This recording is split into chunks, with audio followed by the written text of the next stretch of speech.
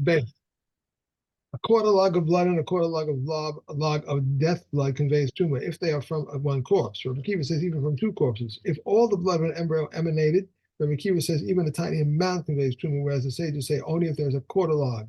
An olive's volume of worms, whether alive or dead, Rabbi Eliezer declares the tummy like the flesh of a corpse, then the common claret tahor. The ash of cremated corpse, Rabbi Eliezer says its minimum measure to convey tumor is a quarter cup of ash, but the sages declare tahor. A little more than a ladleful of grave powder is tameh, and Reb Shimon declares it tahor. A ladle full of corpse powder that was kneaded with water is not considered connected in respect to tumor. These convey tumor via touch or carrying, but do not convey tumor via ohel. A bone the size of a barley corn, the land of the nations, a field in which a grave was plowed over, a limb severed from a corpse, or a limb severed from a living body that is lacking sufficient blood to heal, and a spine and a skull that is incomplete. How much is considered missing in the spine is to be considered incomplete. Beit Shammai says two vertebrae, Beit Hillel says even one. Even under the skull, Beit Hillel says as large as the hole made by a gimlet, but Beit Hillel says an animal which was removed from a living person would cause him to die. An amount, not an animal which would cause him to die. Which gimlet are they referring to? The small one used by physicians. These are the words of Reb Meir, and would come and say they are the large gimlet of the temple's chamber. The cover of a grave and a support convey tumor if not and through ohel, but if not, they are not carried. But if they are carried. Elliot says they do convey tumor if they are carried, and Rabbi Yeshua says if underneath them there is an earth from the grave, they convey tumor when carried, and if not, they do not convey tumor when carried. What is a support? Upon which the support cover itself rests. However, a support for a support for a support is tahor. Okay. Yeah. So the following measures, if it's less than the required minimum, then they're completely tahor.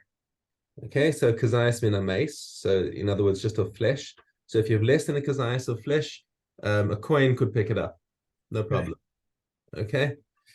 Kazayas netzel, and a netzel is the gel that comes that's oozed out of the corpse.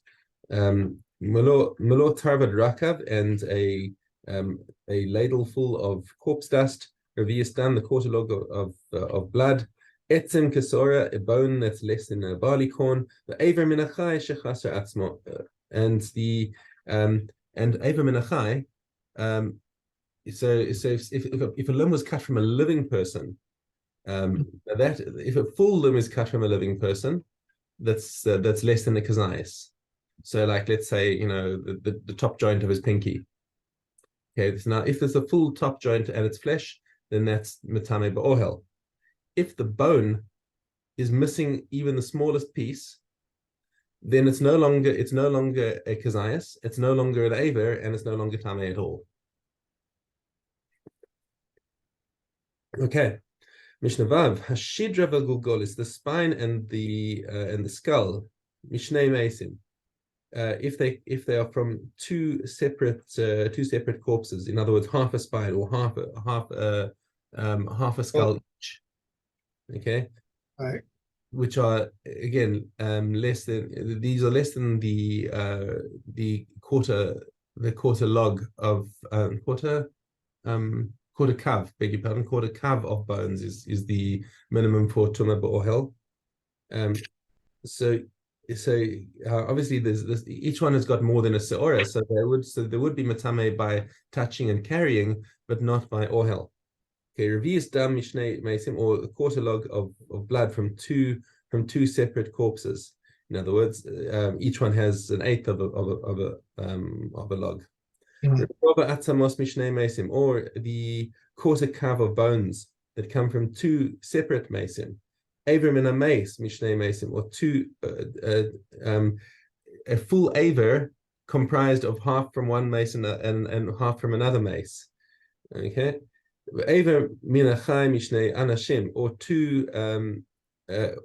an aver min a chai that comes from two different people. So each one had half of his pinky joint removed, let's say. Rabbi Akiva matame b'chachamim matarin. So Rabbi Akiva joins them together to say that these are combined to make the minimum shear. Chachamim say they do not get combined. Can I remember this position? We saw this in yesterday's Mishnah, wasn't it? Where Rabbi Akiva has a limud that you can join from the blood. We were talking about the dam tavusa, that if two people then comes and then you join them together. He does the same thing with all the other parts over here. So Rabbi Akiva says even if it's from two different people, you combine the two to make the full shear. And Chachamim say no, it's only if it comes from one person that it can make up the shear. Etzem kasaora, a bone that is the size of a barley corn that got divided in half. So the total bone is more than a saora, but it broke in half, and now you've got two pieces that each half is less than a saora. Okay, Rabbi Akiva matame, but Rabbi Yochanan ben Nuri mataher. So here, obviously, Rabbi Akiva is going to be matame because he even joins it from two separate mesim. Okay, but in this case, we're talking about one bone that came from one mace and it got divided in half. Now, and Rabbi Yochanan ben Nuri is surprisingly makil over here. Amar Rabbi Yochanan ben Nuri, he says, this is why it is. Lo amru atzmos kasora ela etzim kasora. It wasn't a plural. It's a bone that is the size of a sora, not a bone that was not two separate bones that are divided in half. Okay, and here the halacha does follow Rabbi Akiva. Because, and even the Chachamim would agree with Rabbi Akiva over here because it is still from one mace, even though it's been divided in half. And similarly, if you have the quarter kav of bones that got ground, so now so it's been ground into powder. Okay, Rabbi Shimon Metzahir. Rabbi Shimon says there's no bone here. It's tahor completely. Chachamim metamin, and again the Chachamim say it's just like the previous case. Instead of having two pieces of bone that together make a sora, you've now got a bucket full of bone dust that makes up a rova. We know what it consists of, and it is tameh. So you got like a million. Basically, you got a million pieces that come together and will make up the minimum shear of the rova. And again, the halacha follows the chachamim. So you have a limb was cut off a person, a living person, and that got divided in two. Tahor. This over here now is no longer tameh. As opposed to the Avim in a mace, which would still be connected together. Okay, Rabbi Yossi matame. But even Rabbi Yossi agrees that if let's say we're talking about his pinky joint over here, if it was first cut off halfway across the joint and then the second half was cut off later, then even Rabbi Yossi will agree that these are two separate things and they don't get counted together. He would only be matame if it was originally cut off whole and then divided in half. Okay. And that's it for new Mishnahs today. Let's go back to Kalim. Up to this Aleph. The threads of a sheet, of a scarf, of hats, and of a head shawl, the measure is 6 finger breadths. The threads of an undergarment, the measure is 10 finger breadths. The threads of an overcoat, of a veil, of a shirt, of a mantle, the measure is 3 finger breadths. And the fringes of an old woman's cap are of an Arab face covering, of a kulkin, of a hollow belt, of a turban, and of a partition. The measure is whatever the length of the fringes may be. 3 mattresses of wool, 6 of linen, 6 sheets, 12 kerchiefs, 2 trousers, 1 shirt, 1 mantle, 1 winter coat are considered connected with respect to tumah and to sprinkling. If the quantity is more than 6, they are viewed as connected with respect to tumah, but not with respect to sprinkling. And Rabbi Yossi says not even with respect to tumah. The cord of a plummet, the measure is 12. The plummet cord of a carpenter's measure is 18. That of builders is at 50. And more than these lengths, even if one desires to retain it, is tahor. And those of plasterers and of artists, their measure is of any length. Okay.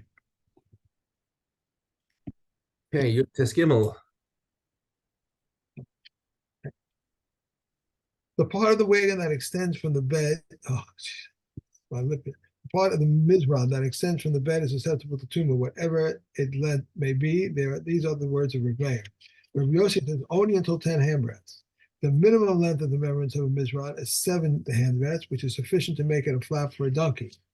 If a zav is supported by the bread and by the mizran, it transmits tuma 2 and validates 1. These are the words of Remeir, and Reb Yossi says if a zav is supported by the bread and by the mizran, the first 10 handbreadths of the mizran transmit tuma to 2 and validate 1. The part of the mizran from 10 handbreadths and outward transmit tuma to the and validates 1. And if a zav is supported by the mizran from 10 handbreadths and inward, it is tummy, and from 10 handbreadths outward, it is tahor. If a bed was tummy and midrash was wound a mizran around, if the entire bed is tummy, midrash. If mizran is removed, the bed itself is tummy, midrash, and the mizran is tummy due to contact with the mizran hazav. If the bed was tummy with 7-day tuma and one wound a mizran around, the entire bed is tummy with 7-day tuma. If the mizran is removed, the bed itself is tummy with 7-day tuma, and the mizran is tummy with evening tuma. If the bed was tummy with evening tuma and one round the mizran around, the entire bed is tummy with evening tummy, and if the mizran is removed, the bed itself is tummy with evening tuma, and the mizran is tahor. Okay. Okay. We are on to Mila. Mila, Aleph Daled. The blood service of Kodashim affects the offering both leniently and stringently, but the blood service of Kalim affects it only stringently. How so? Regarding Kodesh Kodashim, before the throwing of the blood on the altar, the sacrificial parts of the meat are subject to Mila, and after the throwing of the blood, the sacrificial parts are still subject to Mila, but the meat is not subject to Mila. For both the sacrificial parts and for the meat, one is now liable for a bigel nosha and tame. In the case of kosher kalim, it only affects the offering stringently. How so? Regarding kodesh kalim, before the throwing of the blood, neither sacrificial parts nor the meat is subject to meila. After the throwing of the blood, the sacrificial parts are now subject to meila, but the meat is still subject to not subject to meila. For both the sacrificial parts and for the meat, one is now liable for pigul nosha and tame. It emerges that the blood service of Kadosh Kadoshim affects the offering both leniently and stringently, but the blood services called the Kalim affects it only stringently. The bird katos is subject to Me'ilah from when it is consecrated. Once it undergoes miklika, it becomes prepared to be disqualified through contact with a tel yom, through contact with a mechusa kapurim, or through remaining part past its time. Once its blood is sprinkled on the altar, one is liable on accounts for pigul, notzah, and tame, and is no longer subject to Me'ilah.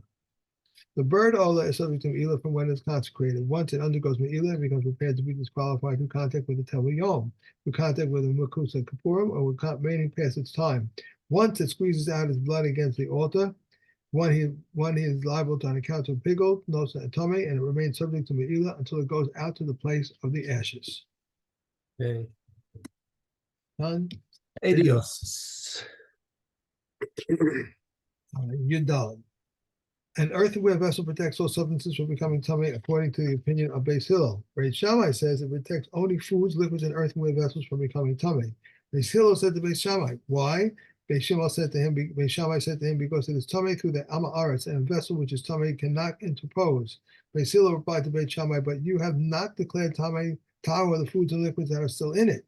Beis Shammai replied to them, when we have declared the foods and liquids that are in it, it was only with regard to when the Ama Aretz itself, regard to the Amaris himself, that we declared them tahor. But if you would declare tahor, then does somebody mistake? No, carry on. You will have declared a tahor, both with regard to you, the cover, and to him, the Amaris. And Beis Hillel reversed themselves, thenceforth rule in accordance with the opinion of Beis Shammai. Kanina, administrator of the Kohanim, testified concerning 4 matters. In all the days of the Kohanim, never did they refrain from burning sacrificial meat that had been contaminated by the derived tumah together with sacrificial meat that had been contaminated by an avatuma, although by doing so they added tumah to its tumah. Rabbi Akiva added, in all the days of the Kohanim, never did they refrain from lighting oil that had been disqualified through a tel yom and a lamp that had been contaminated by one who was coming from a corpse, although by doing so they increased its tumah. Rabbi Kanina, the administrator of the Kohanim, said, in all my days I never saw a hide being taken out to the place of burning. Rabbi Akiva said, from Rabbi Kana's words, we learned that if one skins a bakor and is then found to be a treifa, then the Kohanim may benefit from its hide. But the comments say we have not seen is not proof. Rather, it goes out to the place of burning. Okay. Gila. Okay, Yud. There is no difference between the laws pertaining to a major boma and those pertaining to a lesser boma, except as regards the Pesach sacrifices. This is the general rule. Any sacrifices which is a vow offering or gift offering may be brought on a boma, but any sacrifices that are not a vow offering or gift offering may not be brought on a boma. There is no difference between the laws pertaining to the tabernacle at Shiloh and those pertaining to the temple in Yerushalayim, except that in Shiloh one was permitted to eat kadoshim, kalim, and second tithes anywhere within sight of Shiloh, but in Yerushalayim one was only permitted to do so within the walls. Both here and there, kodesh kadoshim were permitted to be eaten only within the curtains. After the sanctity of Shiloh, bomas were permitted, but after the sacrifice of Yerushalayim, bomas were not permitted. If someone read the Megillah out of a sequence, he has not fulfilled his obligation. If he read by heart, or if he read it in Targum, or if he read any language, he has not fulfilled his obligation. However, we may read it for those who read a foreign language in a foreign language. One who speaks a foreign language and heard it in Hebrew that was written in Assyrian script has fulfilled his obligation. Yeah. And last, round my. Okay, the my Yud base. Amar said to Chavir, buy from me a bundle of vegetables, buy from me a loaf. He buys it without specifying and it's exempt. But if he said, this is for me and that is for my fellow, and it became mixed up, he must tithe even if they are 100. If one invites his friend to eat with him and he does not trust him to regard the tithe, he declares before the Sabbath, what I shall separate tomorrow shall be Meiser, and adjoining it to be the rest of the Meiser, that which I redeem Meiser is redeemed Truma. My Truma Meiser for it, and the Meiser Sheni lies in the north or the south of it, and is redeemed with money. Since they have filled this, once they have filled this cup, he declares, what I shall leave at the bottom of the cup shall be Meiser, and adjoining it and the rest is the rest of the Meiser. That which I remain the Meiser shall be Truma Meiser for her, and Meiser Sheni at his mouth, and is redeemed with money. Okay. Got you out on time. It's done. Okay. Have a great day. I'll see you tomorrow, Mr. Shem. Okay. Thank you. Bye. Bye.